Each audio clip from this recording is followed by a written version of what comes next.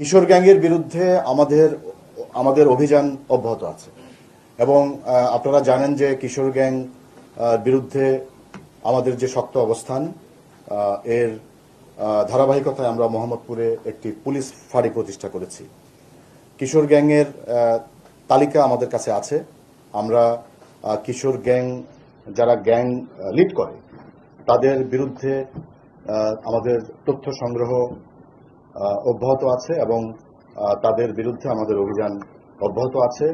তবে এই ক্ষেত্রে আমি বলবো কিশোর গ্যাং আপনারা নিশ্চয়ই জানবেন যে কিশোর গ্যাংয়ের অনেক সদস্যকে আমরা এর মধ্যে আমাদের আইনের আওতায় নিয়ে এসেছি এবং পর্যায়ক্রমে আমাদের কিশোর গ্যাংয়ের এই যারা সদস্য তাদের সবাইকে আইনের আওতায় নিয়ে আসা আমাদের পরিকল্পনা।